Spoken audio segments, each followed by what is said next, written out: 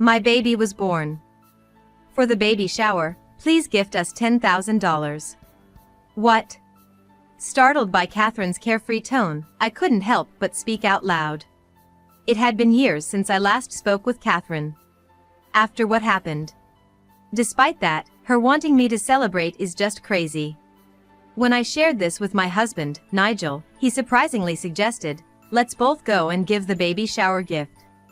This was absurd. But Nigel seemed to have a plan. So, I agreed to go with him to Catherine's house. It was a reunion with Catherine after such a long time.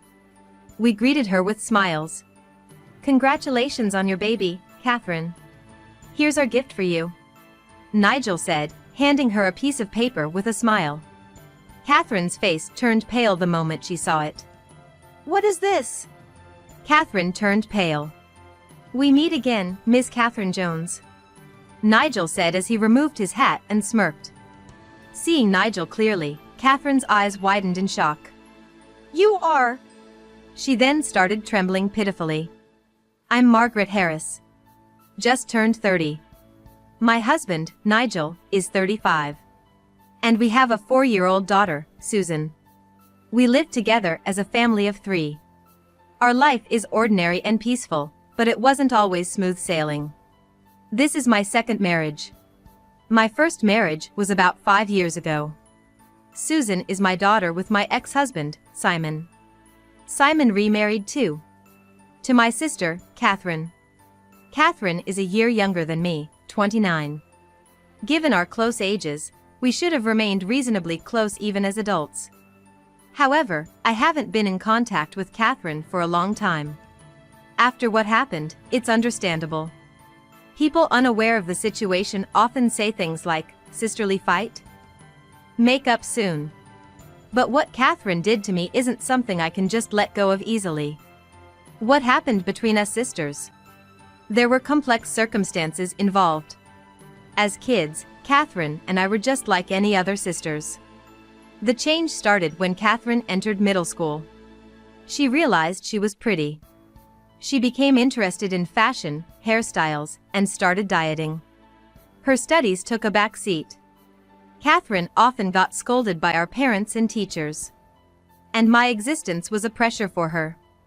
Not to brag, but I was good at academics. Which made her even more irritable when compared to me. I did my best to support her. I asked our parents not to be too hard on Catherine and even helped her with her studies at times.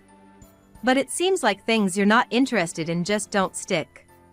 Her grades didn't improve, and Catherine dove deeper into beauty and fashion. She even started doing makeup and became a reader model for magazines by the time she was in high school. Catherine's social circle became quite flashy. Yet, she still looked up to me. Margaret, top of your class again? You're so smart, I really admire you. I brag about you to all my friends. She would say, always speaking kindly of me. Eventually, I got into a prestigious university. A year later, Catherine went to a beauty school. It was around that time when something happened that made me suspicious. I was at a cafe near the train station, working on an assignment, when I heard a familiar voice. It was Catherine and her friends. I remember she mentioned using this cafe sometimes. I felt awkward but decided to stay, as they couldn't see me from where they were sitting. After a while, one of Catherine's friends said, "Isn't this cafe near the university your sister goes, right?" She must be really smart. What Catherine said next was unbelievable. "Oh, you mean that plain, nerdy loser?" I couldn't believe my ears.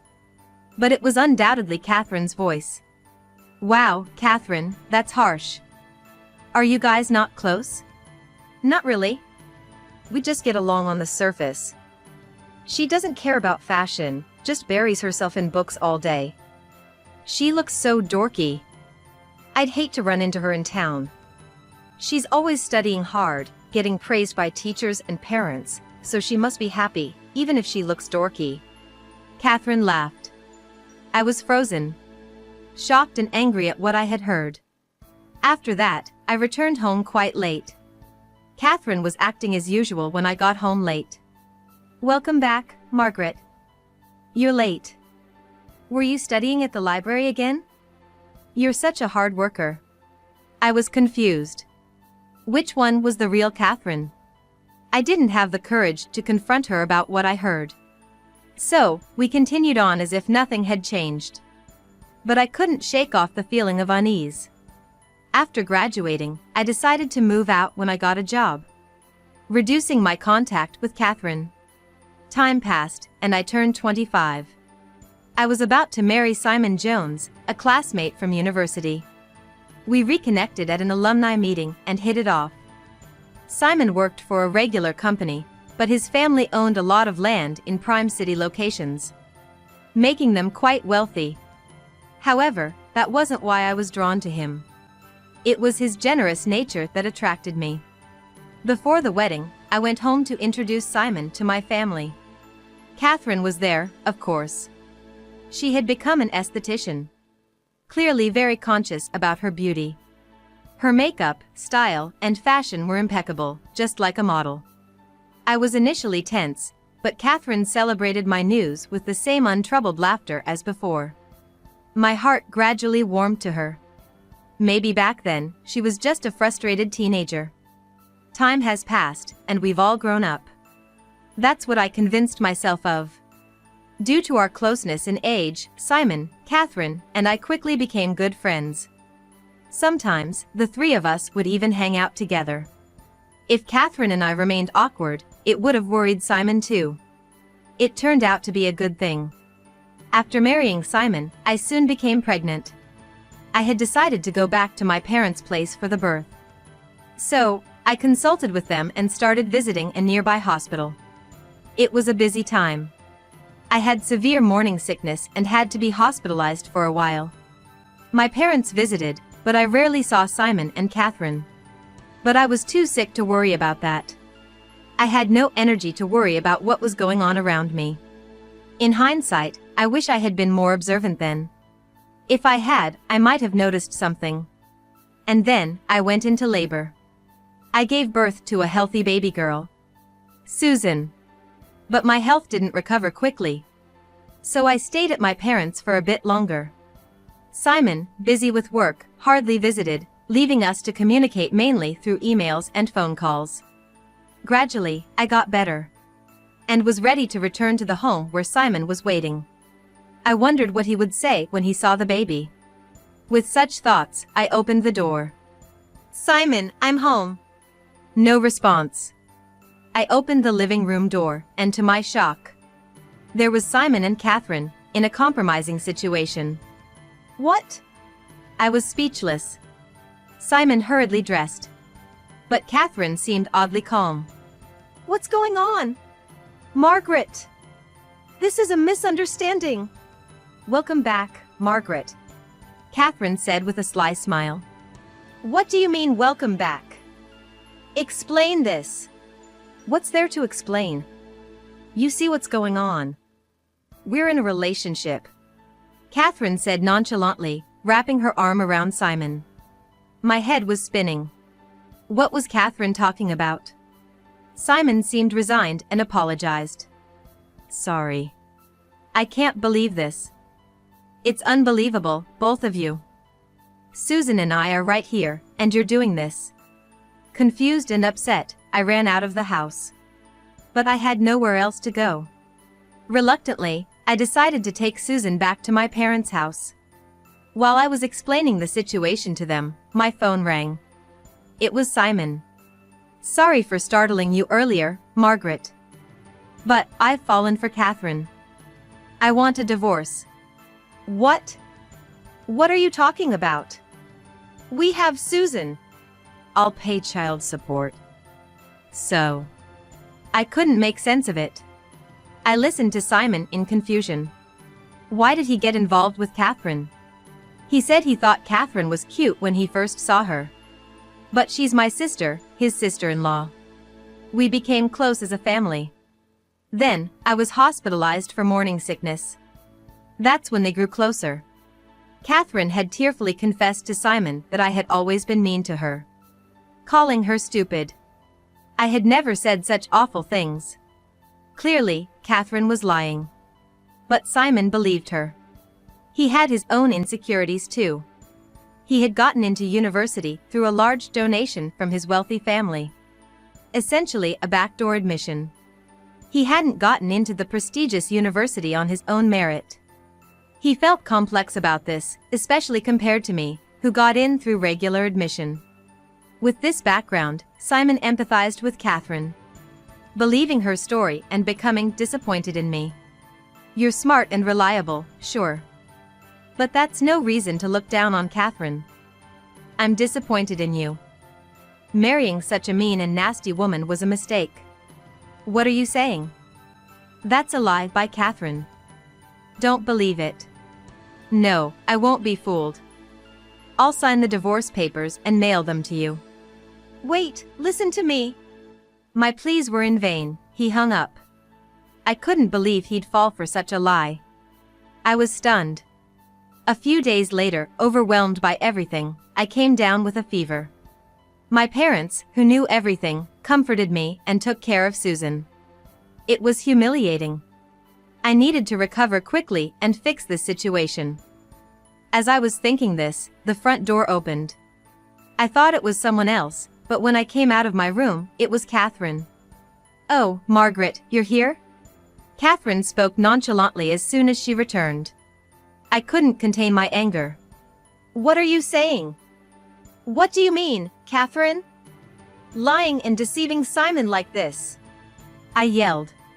Hearing the commotion, my parents rushed in to calm us down. But we didn't stop. I've always hated you, Margaret. Catherine said in a lower tone than usual, speaking slowly. I couldn't stand that you, just for being good at studies, received all the attention and love. That's why I wanted to take away something important from you. The house fell silent upon Catherine's confession. I couldn't believe she had such thoughts. Anyway, I'm glad I focused on beauty. Simon's just a regular guy, fell for me easily. Catherine spoke with a smile. I was speechless. So, the Catherine I saw in that cafe was her true self. What had I been seeing all this time? The real Catherine hated me so much, yet all I saw was the convenient illusion of a sister who admired me. As I stood there dazed, Catherine grabbed her things to leave. Simon's house, with your plain and nerdy interior, isn't to my taste. I'm going to change it. Apparently, she planned to stay at Simon's house. My parents tried to stop her, but Catherine left swiftly. I felt dizzy and had to sit down in the hallway. Then I heard my daughter, Susan, crying in the back room. I knew I had to comfort her, but I couldn't move. My parents helped me stand up. I don't remember much after that. I just didn't want to see Catherine and Simon's faces. After talking with my parents, we concluded that divorce was the only way forward. I cried. Not for myself, but for Susan. Simon didn't care about her at all. What a terrible father. But maybe it's better not to have such a father. That thought was one of the reasons I decided on the divorce. I quickly signed the divorce papers that were mailed to me and took them to the office. Thus, my first marriage ended unceremoniously. Fortunately, my parents were on my side. They harshly told Catherine not to come back home. Thankfully, I never had to see Catherine again. Slowly, I regained my composure. Catherine and Simon apparently got married, but I didn't care anymore. My focus was on Susan and our life. Time passed. Luckily, my job was within commuting distance from my parents' house, so I didn't have to change jobs. I threw myself into my work. The alimony was paid regularly, but as a single mother, I needed to save as much as I could. I was a bit anxious. Maybe that's why people around me were worried. One day, a friend said she wanted to introduce me to a man she knew. I hesitated at first, but she said he was a sincere person, so I agreed to meet him. His name was Nigel Harris. He was 5 years older than me, tall and well-built. Contrary to his intimidating appearance, he was surprisingly serious and kind. He had been so focused on his work that he hadn't had much experience with women. We were naturally drawn to each other. Susan warmed up to him when the three of us went out together. One day, Nigel said he wanted to protect Susan and me from now on. I was moved to tears by his words. We got married. And now we're living a simple but happy life as a family of 3. I thought I had no more ties with Catherine. But then one day, while relaxing at home, my phone rang. I instinctively answered it. Hey, Margaret, how are you? Hearing Catherine's voice on the other end, I felt a chill. I should have checked the screen before answering. Too late for regrets now. What do you want? I replied, trying to sound as cold as possible. I didn't want my peaceful life disturbed anymore.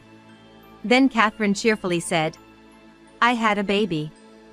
For the baby shower, please gift us $10,000. What? After years of no contact, this was absurd. Especially asking for $10,000. I was outraged, but Catherine kept talking, oblivious to my feelings. She continued being an esthetician and had opened her own salon about 3 years ago. She got the land and building for her shop from Simon's parents, in a prime location. She boasted about how successful it was. Just showing off.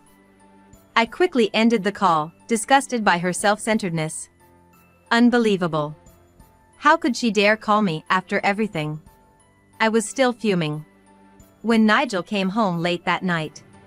He's been busy with work recently, but always makes sure to have dinner at home, valuing our communication as a couple. He's always said since our remarriage, I want you to talk about everything. Over dinner, Nigel said. What? You got a call from that sister of yours? She's running a salon now? Seems like it. She got help from my ex-husband, who was quite wealthy. What's her name now? Catherine. Catherine Jones. After I answered, Nigel paused for a moment, then said, I see, that explains it. What? What's up? Well, how about we both go and give a baby shower gift to Catherine's place? Nigel suggested with a mischievous smile. What? Why? I don't want to do that. Just trust me, I have a plan. Later, Nigel shared a fact and a proposal with me. I was shocked by what I heard. When the weekend came, after leaving Susan with my parents, Nigel and I arrived at Catherine's house. It was a large, impressive house. Welcome! Catherine greeted us at the door. Looking perfect despite having recently given birth. It's been a while. You haven't changed, Catherine, I said, forcing a smile. Then, Catherine said with a smirk. Of course. I never neglect my beauty routines, unlike someone else who got cheated on. Catherine was just being Catherine. I was irritated but kept my composure for now. She led us to her spacious living room. A baby was sleeping in a crib. Look, this is my daughter, Maria. Cute, isn't she? Maria indeed looked just like Catherine, though her features seemed a bit sharp. Maybe it was just my imagination. So, about that thing? Catherine gestured for money with her hand. How brazen can she get? Just as I was about to retort, Nigel put his hand on my shoulder. Nice to meet you. I'm Margaret's husband, Nigel, he said, with his hat pulled down over his eyes. Oh, hello, Catherine muttered, uninterested. Nigel then swiftly pulled out a piece of paper. This is our gift for the baby shower. Congratulations, Catherine. Catherine's face turned pale the moment she saw the paper. What is this? She exclaimed, going white. Nigel then promptly took off his hat. Nice to meet you again, Miss Catherine Jones. I'm Nigel Harris from the Metropolitan Police Department. Recognizing Nigel, Catherine's eyes widened in shock. You, the detective who visited my salon? She started trembling. The baby shower gift Nigel had given was actually a search warrant. It was permission from the court to search and seize property at her home. Catherine was visibly shaken. It turned out she had been committing fraud at her aesthetic salon, tricking customers into buying dubious products with false promises of guaranteed weight loss. and signing them up for expensive and ineffective treatment plans without proper explanation. She kept repeating such actions. Despite initial warnings from consumer protection agencies, Catherine didn't listen. And the situation worsened, with more victims. And even more aggressive tactics like forcing contracts and filling out application forms without consent.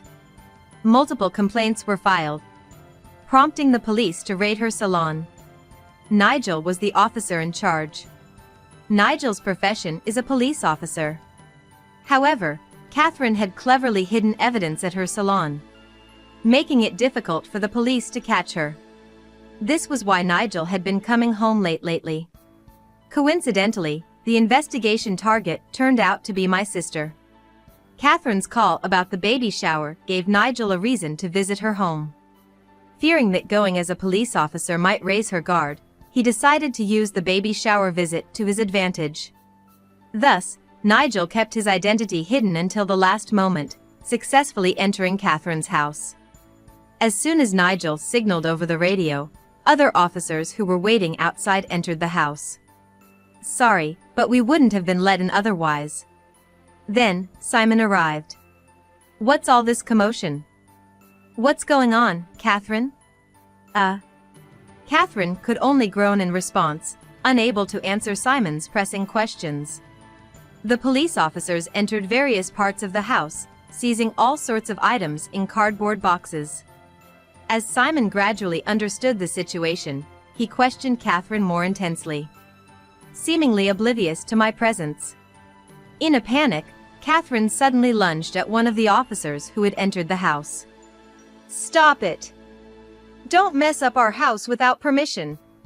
she yelled. Nigel raised his voice. "Don't interfere! I'll arrest you for obstructing public duty." Hearing the word arrest, Catherine let go, a look of frustration on her face. But she wasn't one to give up easily, and glared sharply at Nigel. "I'll tell Simon's father, Daniel. He knows plenty of police officials. He can cover up anything like this." Catherine mentioned the name of Simon's wealthy father, Daniel Jones, who indeed had a wide network and many acquaintances among powerful figures. It made sense that Catherine was counting on him. Catherine turned to Simon and shouted, "You can do it, right? Your father can. He's always been donating money to various places to get favors done." "Hey, what are you saying in front of the police?" Simon was flustered. Catherine, too agitated to think clearly about her words, blurted out everything. Nigel spoke calmly. "The Jones family. The long-standing landlords. Daniel Jones, Simon's father, and a former city council member, quite a wealthy man." So what? What about it?" "He's already been indicted for bribery in a corruption case. He's currently in custody." "What? My father?" Now it was Simon's turn to be thrown into disarray. The Jones family, despite their wealth, seemed to be mired in corruption. Simon's backdoor university admission suggested a tendency to solve everything with money. "Why is your father involved in such a thing?" "I don't know. But Catherine, you were committing fraud at your salon?" "Shut up, not now." The two began a heated argument. Amidst the chaos, I calmly addressed Catherine. "Why don't you just accept it? It's embarrassing." "What did you say?" "You lied again. For years ago, you fabricated stories about me to Simon, trampling on my heart. And now, you're deceiving your customers for your own gain. No matter how beautiful you are, your heart is ugly, the lowest of the low." "You!" As Catherine opened her mouth to retort, a police officer's voice came from the back room. "We found the business computer." Damn. Likely, that computer contained the evidence. Catherine bit her lip in frustration. "Catherine Jones, let's continue this discussion at the police station. Please come with us." Catherine's face fell in despair, seemingly out of energy to resist. When brought to the station, Catherine initially denied the fraud charges. However, when the data on the computer was analyzed, evidence was found. Catherine was arrested. The charges were extensive, including fraud, coercion, and forgery of private documents. Catherine's salon, opened about 3 years ago, had apparently been in the red from the start. She had aggressively promoted products to secure even a little revenue. But she didn't want anyone to know about her dire financial situation. Having boasted about opening the salon, she felt compelled to claim it was thriving. Her sudden demand for $10,000 from me was likely just a desperate attempt to cover the salon's deficits under the guise of a baby shower gift. The number of victims who filed complaints against Catherine was in the dozens. Her salon sank further into debt due to liability for damages and eventually closed, leading to bankruptcy. Simon and his family, who had invested capital, were furious. And Simon naturally divorced Catherine. But Simon's household was no longer secure either. Simon's father, Daniel Jones, had also been arrested for bribery. Simon's family was scrambling for money and had to let go of all the land they owned. Simon originally worked at the real estate company run by his father. However, with his father's arrest, the company's control shifted to executives outside the Jones family. Simon was forced out of the company. He later found a job at a completely unrelated company through his connections. But it seems he is now struggling with demanding, low-paid work and having a hard time adjusting to the unfamiliar job. In such a state, he was obviously unable to take care of a child. Maria, the daughter of Catherine and Simon, was temporarily placed in a child welfare facility. It was unfortunate that Maria was born into such a family. As I reflected on the tumultuous days, I realized something. Months later, I attended Catherine's trial to see if she had shown any remorse. It felt like my final duty as her sister. But reality was not so kind. In court, Catherine kept repeating, "I'm not wrong," denying all the evidence of fraud. "I only helped the customers who wanted to lose weight and be beautiful," she argued. Her face was marked with dark circles. And her hair was unkempt. The once meticulously maintained beauty was nowhere to be seen. It seemed her lifestyle had finally taken its toll on her appearance. Catherine looked truly pitiful. I watched Catherine and thought back on everything that had happened. It all started with her jealousy of me. But I had never said anything mean to her.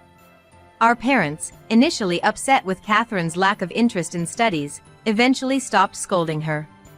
Catherine had let her own complex feelings distort her perspective. Over time, she began lying casually. These lies continued, eventually becoming her own truth over the real facts. Now, Catherine is just continually looking away from reality.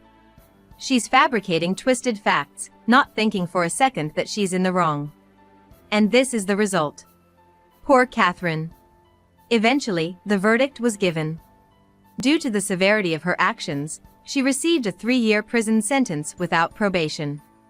It was only to be expected. Yet, I can't help but hope she will come to her senses. I wish she would consider, even a little, the pain of those who suffered because of her lies. I hope she can take a good, hard look at herself while in prison. Months later, on a certain holiday, Susan, Nigel, and I were at the park. We spread out a picnic on the grass, enjoying a light picnic atmosphere. "Let's eat sandwiches quickly. I want the tuna one." "Hey, Susan, leave some for your dad," Nigel said, and Susan laughed happily. We were back to our happy, normal life. Thinking back, the family I grew up in was also a peaceful one like this at first. If there's one thing I've learned from all this, it's that I'm not perfect either. I have moments of envy too. But rather than hurting someone with petty jealousy, I want to cherish feelings of compassion for others and focus on the small joys of everyday life. That way, I won't be consumed by negative emotions. Watching Susan and Nigel happily eating their sandwiches, I silently wished for these peaceful days to last forever.